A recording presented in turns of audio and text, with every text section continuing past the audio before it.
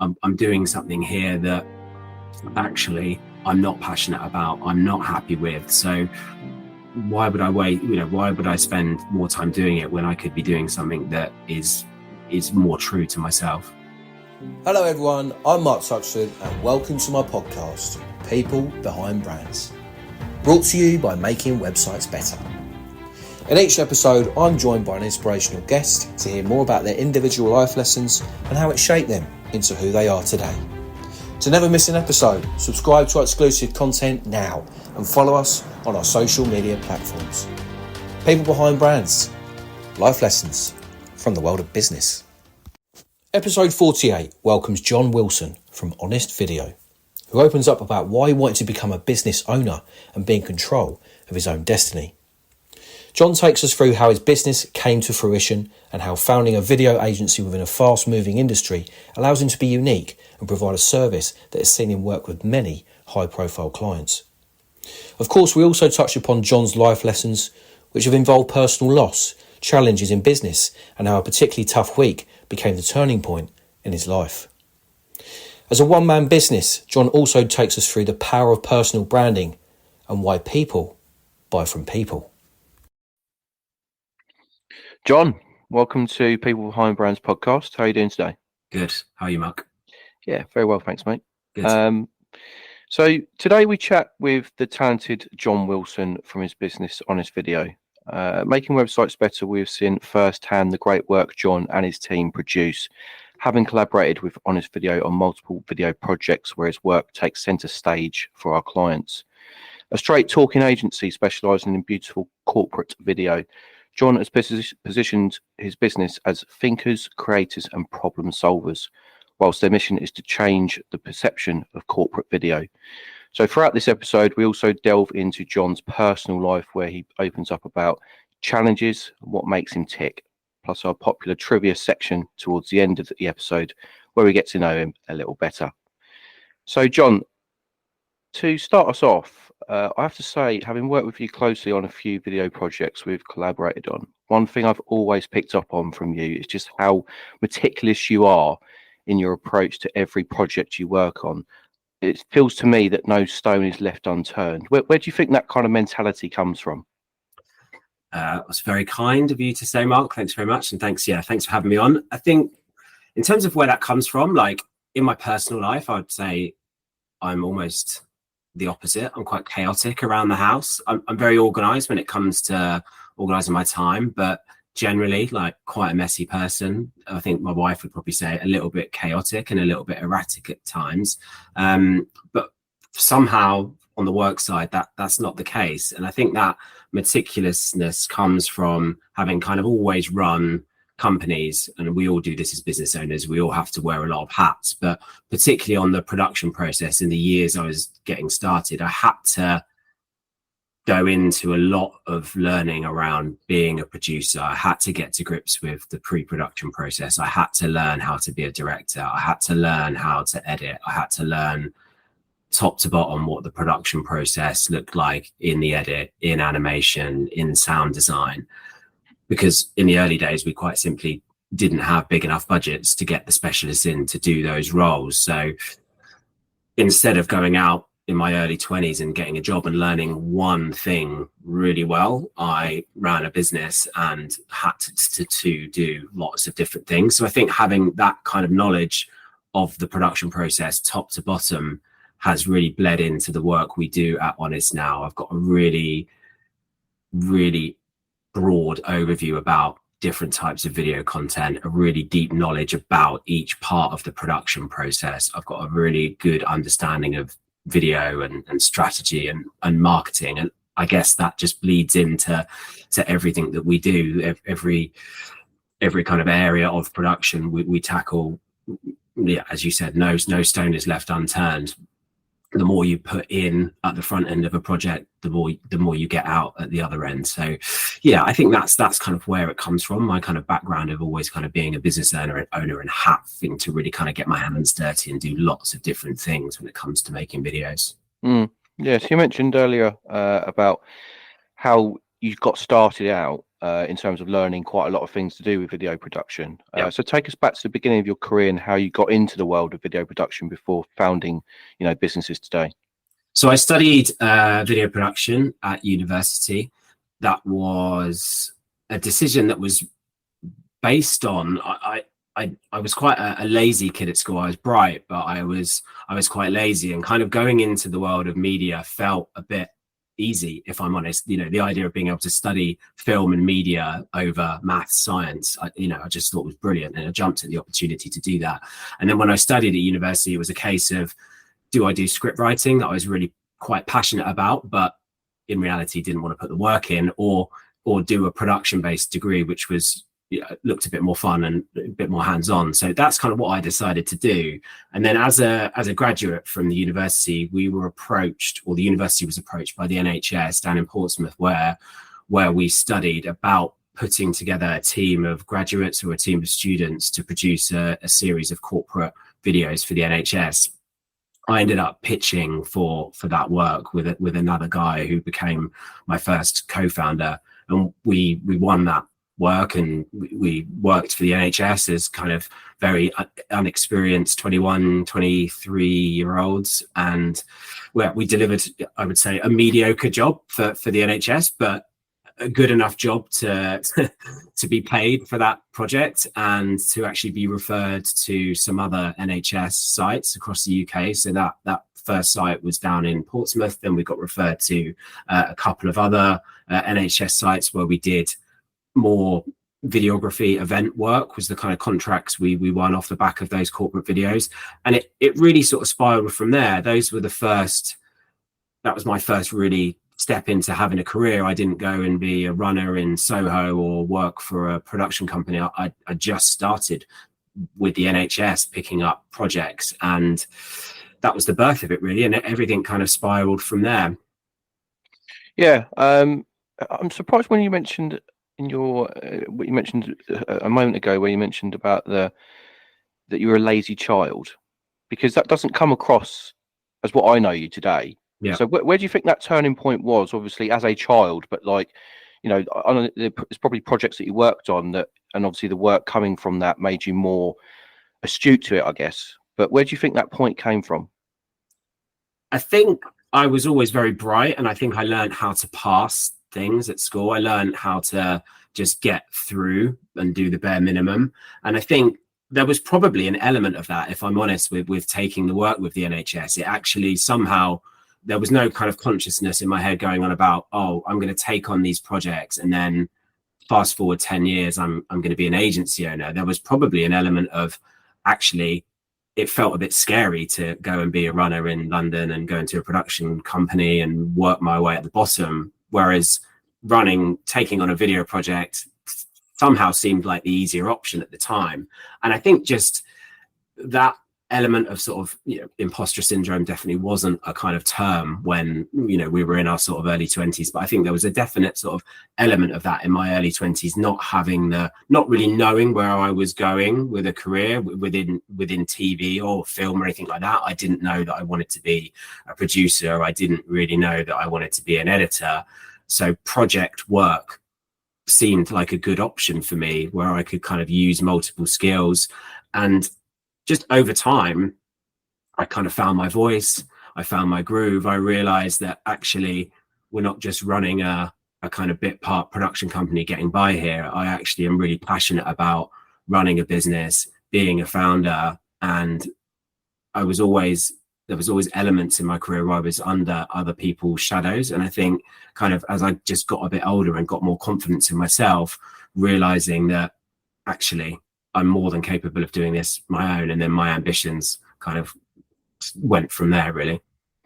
Yeah, so I think that naturally comes onto on his video now. So tell us about the story behind the company and why you decided to start up on your own.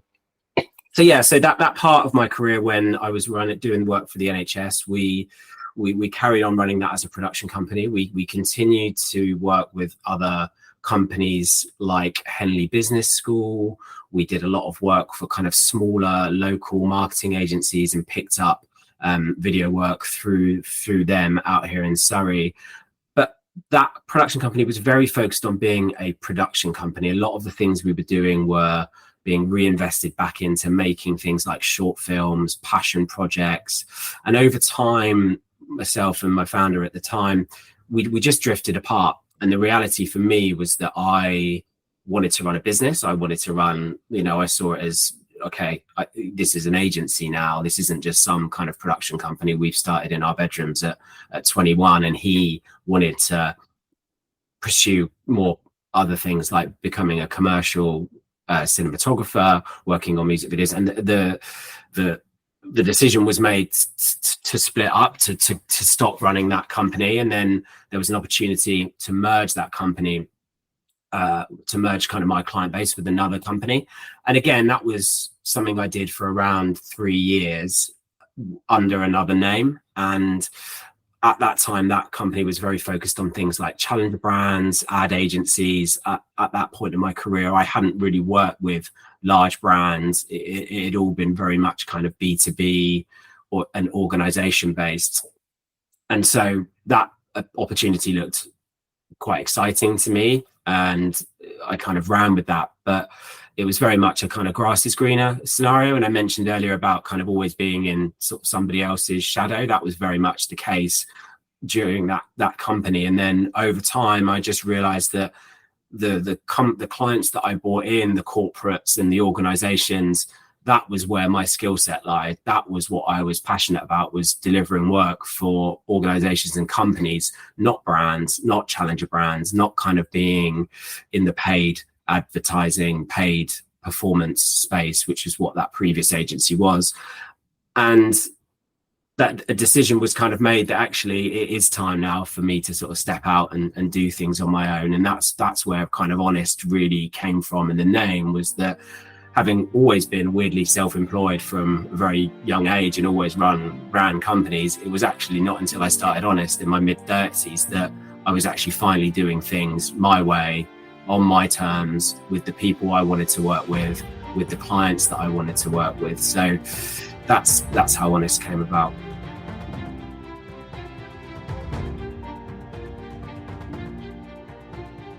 And when you consider your ideal client or sweet spot, what type of clients do you typically work with, and what type of video do you produce for them? Yeah, so we work really well with large organizations and corporate organizations, typically organizations that are possibly a little bit neglected, possibly that aren't getting agency experiences that they deserve. Typically, they'll have a marketing team of maybe sort of 10, 15 people, but won't have the capacity to deliver video in-house.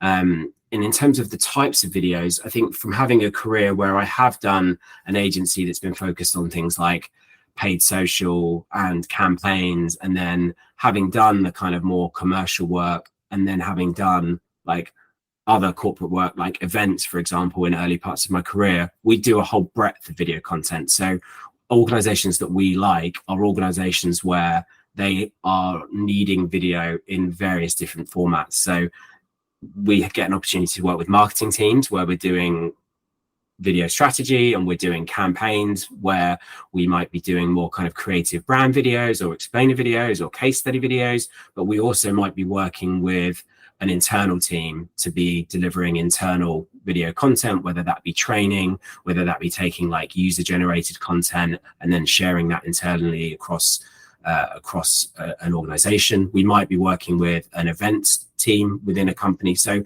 as an agency, we've got a really all-round knowledge when it comes to making videos, and that really suits the world of corporate and large organizations, because we're able to kind of come in and work with multiple teams, whereas in the past, other agencies, they might have to have 3 or 4 agencies that work with, one that specializes in events, one that specializes in animation, one that's a bit more creative and can do the brand film work, whereas we kind of understand each of those individual challenges of those different parts of the organization. Yeah, I think when you speak about what you've spoken about today in terms of the questions I've asked you already, I think it's key to me that you obviously look at kind of the future of this company, but also the industry as a whole. So I think one topic that I'd really like to get your thoughts on is AI.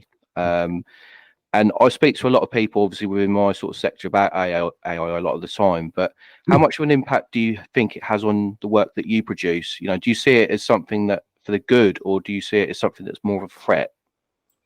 For us, I think we will embrace AI. You know, the change is real, the change is happening. I think we get asked all the time, are you threatened by AI? You know, people are going to come in, write some prompts and then spit some video out at the end, and then there won't be a need for production companies. For me, I don't see that as the case. I think, you know, if you think about a client's time and how they're managing time at the moment, we surveyed a group of our clients recently, and every single one of them said time was the biggest problem and the biggest challenge they had.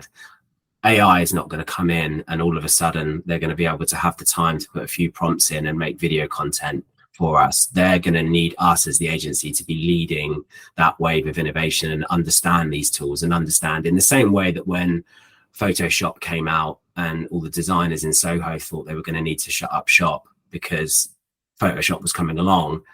It's exactly the same again. The way we just produce videos is going to change, and it's up to us to kind of lead that. And from a kind of day-to-day perspective, a lot of these AI tools are being swallowed up and being integrated into things like Premiere, into things like After Effects, into things that we're using day to day. There's a lot of kind of AI tools that we're already using just by the nature of the fact that we use these bits of software already. In terms of how we're kind of using it day to day, a lot of the video tools aren't quite there yet. There's a lot of things you can do in post that are very neat and make very quick changes to things. Like if you're doing content, there's lots of things like eyeline tools, or there's lots of things that you can do, lots of cool things when it comes to like green screening and cutting people out. But in terms of like generative AI, I don't think we're there yet to see that that's going to start. You know, it's not there, so we're able to kind of use it in our workflow yet. Things like content tools like Jasper, we're kind of using for content every day. We're using things like Midjourney for pitching and imagery. And yeah, there's the kind of odd video tool on top of what's already integrated into existing bits of software that we're using. But no, I certainly don't feel threatened by it. I feel like as leaders and as kind of people, as an agency, we need to be the people driving the change. We need to be the people that are on top of the tools, how we use them, what are the legal connotations involved with using generative AI. But I certainly don't see it as something that's going to threaten what we do anytime soon.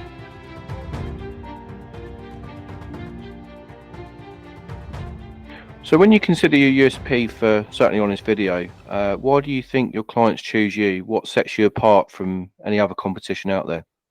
I think we're the experience. You know, you touched on that meticulousness in terms of like us and our work. I think that is, I think people and clients get a really good agency experience when they work with us. And I think a lot of our clients, being in the corporate space, possibly being a bit unsexy, possibly not having had agencies really take a lot of care and attention over the work in the past, I think that is something that sets us apart. I think the standard of work we do and the level of relationships that we have with our clients is something that people, I think the level of relationships that we have with people is something that people really warm to, and I think people want to work with us. And we've got a really good, strong history of winning accounts and then growing them. And I think that sort of speaks volumes for us. So yeah, we're not necessarily the best agency in terms of being in pitches all the time or generating loads of leads and putting out loads of proposals. But when we do get referred to companies, we do get referred to large organizations of a certain size, and that's the sort of organization that we like to work with. And that's the sort of organization that when we sit down and we say, hey, like, do you want to work with us? And they look at the work we've done before, and it's, you know, we look at, you know, we've worked with AQA, we've worked with Roche, we've worked with Bauer Media, we've worked with Microsoft, we've worked with Thomson Reuters, we've worked with Asahi. You know, these are big names for, I guess, you know, what is essentially a company of one. So when you think about your why or purpose in life, whether that's personally or professionally, what would you say that is, and why do you do what you do, I suppose? I'm driven a lot by work-life balance. I think my dad was employed for many years and then got made redundant and started his own business. And I think I was probably 15 when that happened. And I think that really made an impact on me and saying, actually, like, I don't want to work for anyone. Like, I can do this myself. So I think a lot of my why is being around, being a self-starter, being kind of motivated by the unknown. The thought of being self-employed and running a business to a lot of people is quite scary. I guess that's where I kind of get my ticks. The fact that you are out in the unknown, you are kind of out there making your own luck. I'm a big believer in the harder the more you put into something, the more you'll get out of it at the end of the day. And that is so true when you run your own business. You literally are the master of your own destiny in terms of you get out of it what you put in, and that's the thing I think that motivates me. Yeah, and I think something that certainly motivates others to do with you is that you're quite active on LinkedIn and promoting a personal touch behind your business. So you talk openly about business, your successes, and sometimes downfalls. So why do you feel it's important to showcase that side of you and your business? Yeah, I think it's as a kind of founder and as a business owner, you have a responsibility to put yourself out there. So I think that putting yourself out there doesn't necessarily mean all we talk about is client wins and the fact that everything's rainbows and unicorns as a business founder. And, you go on these streaks and you pitch and you win and you generate loads of revenue and it's all great. The reality of running a business is that it's bloody hard. It's hard work and it's not for everyone. So I think as founders and as leaders to put out on LinkedIn that it is all just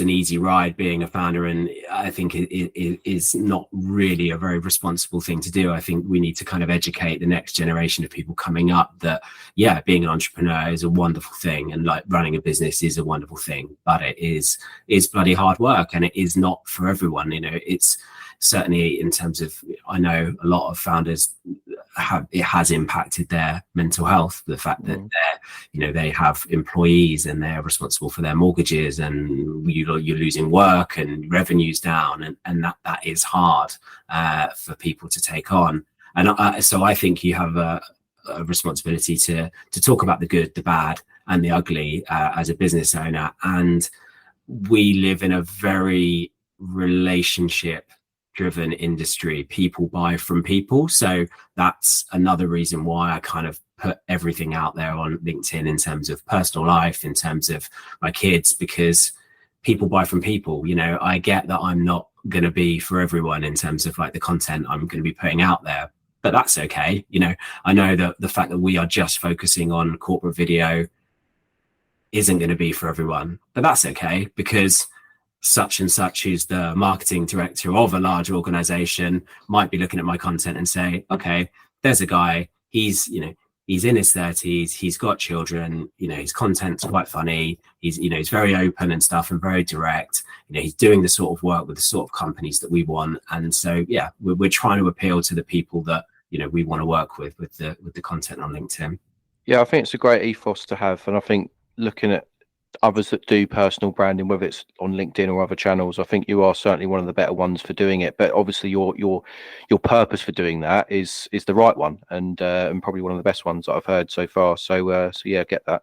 Our podcast is founded upon honesty and how testing times have impacted, good or bad, on our personal lives. So away from business, can you tell us about a challenging time in your life that made you who you are today?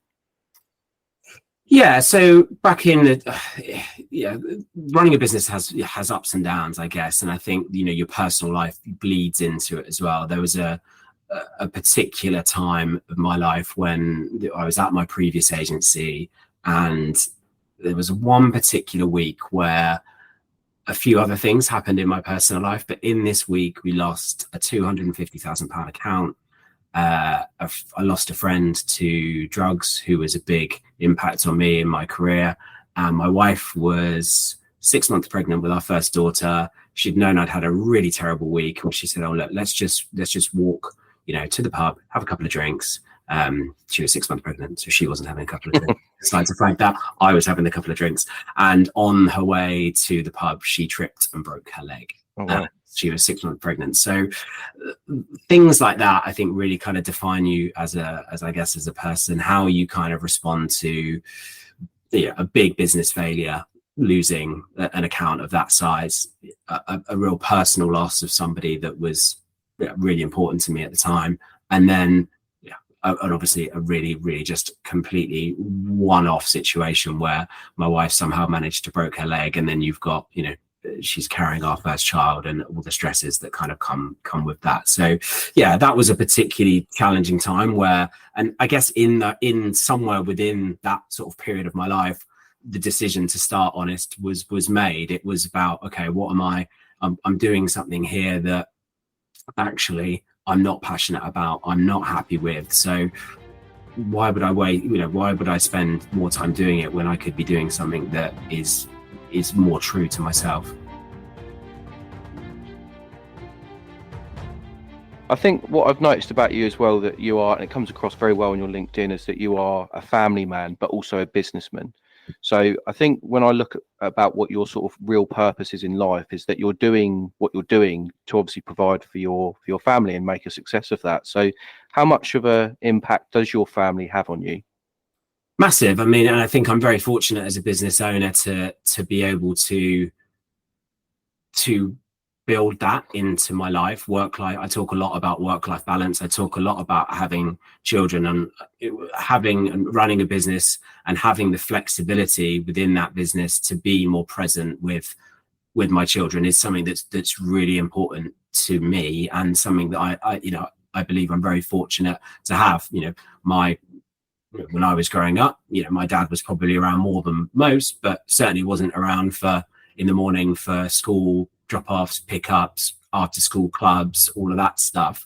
And so being able to be like really present with my children and being able to do nursery runs and being able to do school drop-offs, being able to take them for whatever club they're doing or parties at the weekend, and not have to worry about missing those moments is really important. And yeah, building that, I've really built Honest as a business that suits me and suits my lifestyle and suits the fact that, I want to be present for my children. I want to be there at bedtime most days of the week. There are obviously times when that's not possible, but 9 times out of 10, I know I'm going to be able to finish at kind of 4:30, 5 o'clock.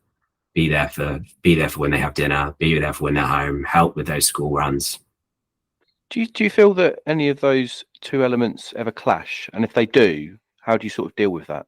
Yeah, I think they do clash sometimes. Obviously, like being out on a shoot, means that, you're often out the door, early and then back late. So of course there are times when there are times that does clash and it doesn't quite work out. There's sort of our kind of day-to-day schedule is built around the fact that we do have a degree of flexibility in our work and we are able to help. And we're very fortunate to have both sets of grandparents that live locally and support us with that. We're also very fortunate that, we can afford nursery and we can afford to put Ivy in things like breakfast clubs a couple of times to help us out. So yeah, there's a lot of give and take there in terms of like, Ivy has to do a breakfast club 2 days a week when my wife goes to the office on a Tuesday, Wednesday. So it swings and roundabouts, I think, when you have kids. But we are, I think, very fortunate to be able to sort of build our kind of lives and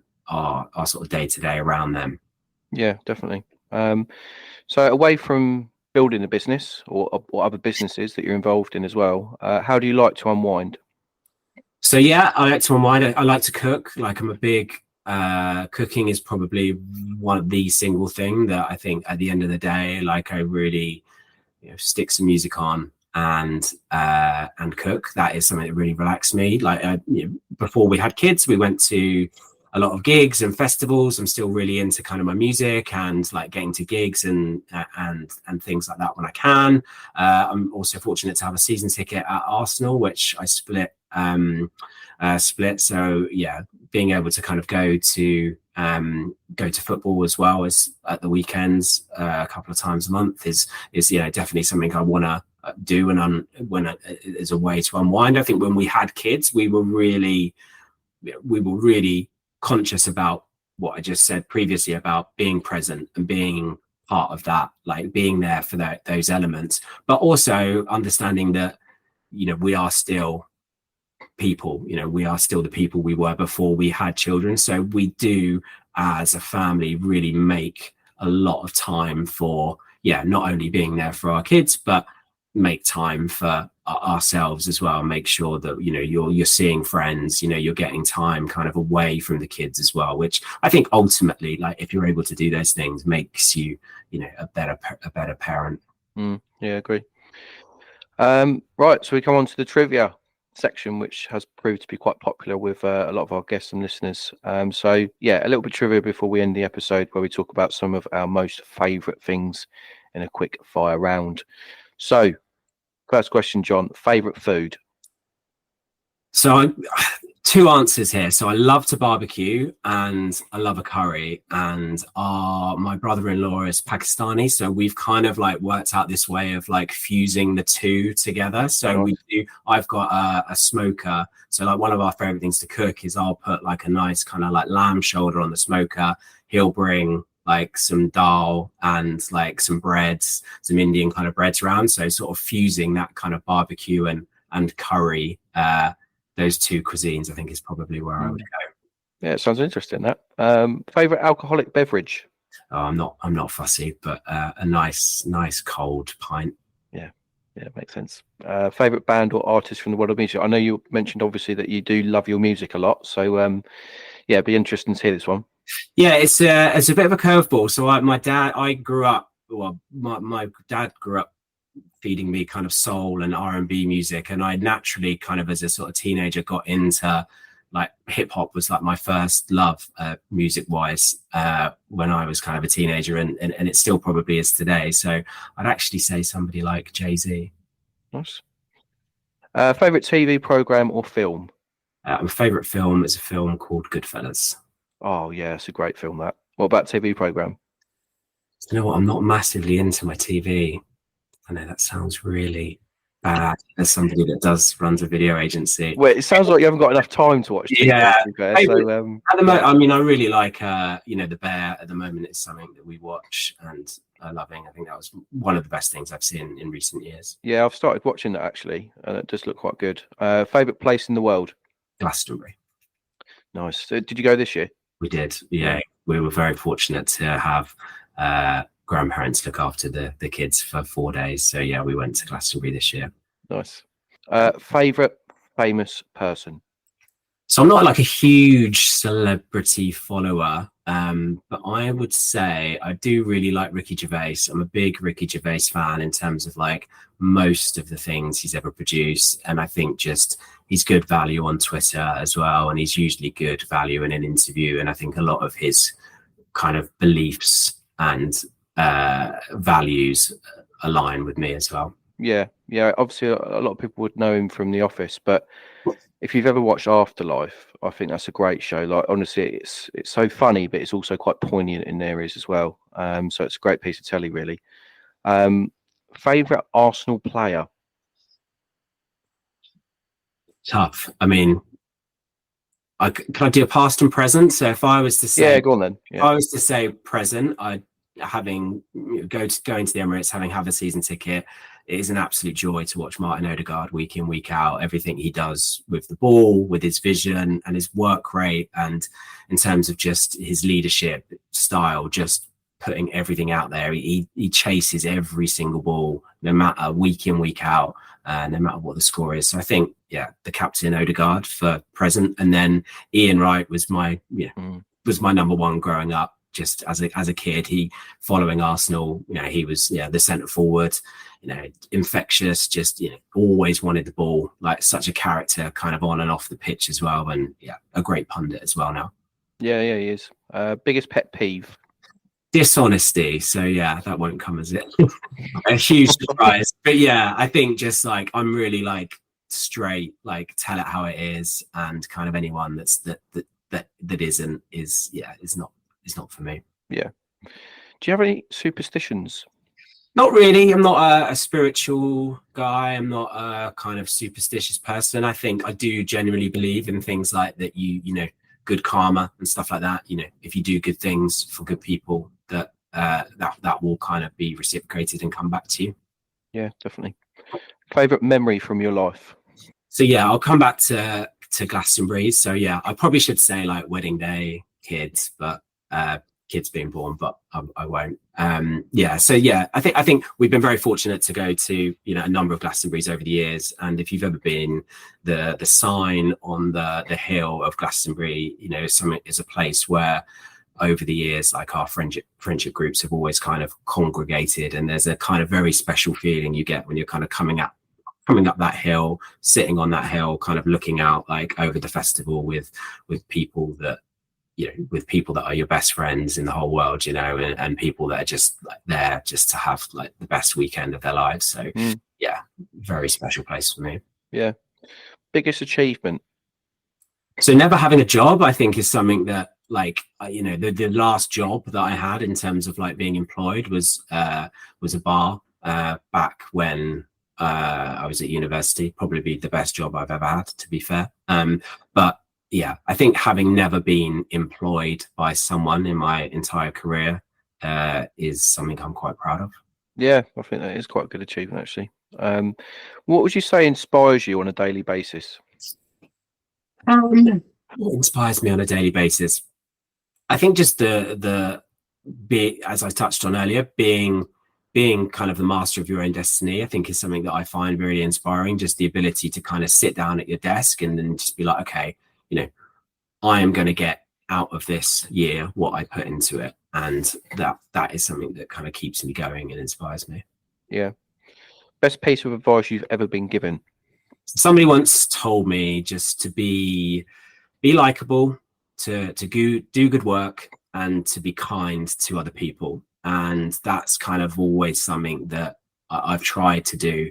I've always tried to be my best self, to get on with people that I know, to find common ground with anyone who I talk to. I've always tried to do good work, and I've always tried to be kind to people and give a lot. And yeah, somebody wise man once told me that, and it's served me well.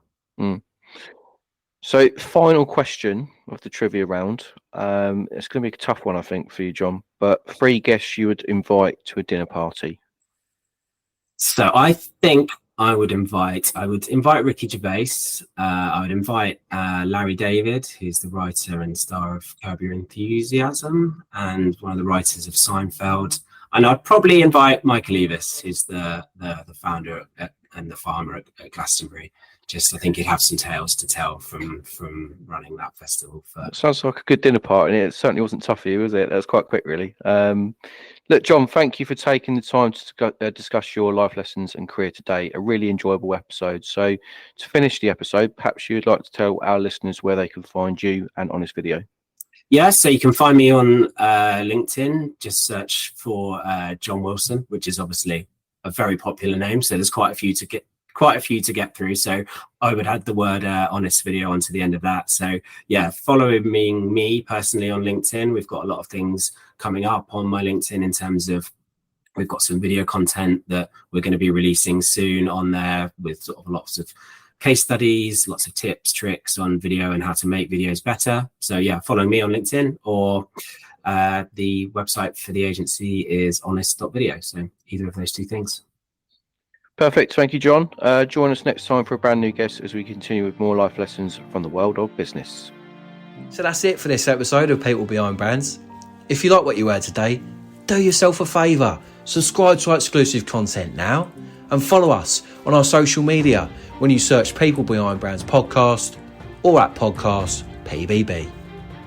Join us next time for a brand new guest as we explore more life lessons from the world of business. We'll see you soon. Ta-da!